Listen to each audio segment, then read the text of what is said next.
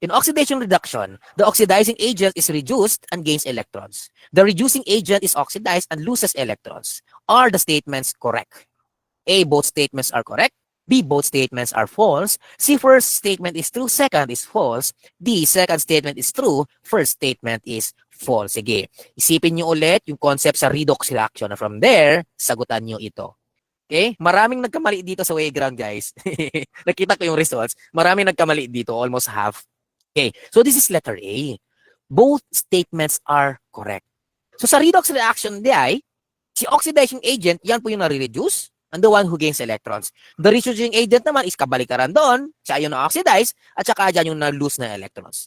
Ano yung mnemonics dito? Leora at saka Geroa. Lose electrons, oxidation, yan yun.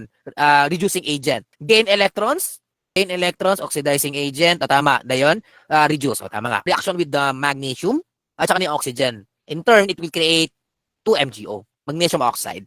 So, sino si reducing agent dito? That is that magnesium. Si oxidizing agent dito, yan po yung oxygen. Now, the reducing agent, it will undergo oxidation process to create that 2MgO. So, there is a combination of oxygen there. May nawala na dalawang electrons by that Mg. And syempre, because of that, dadami yung oxidation number.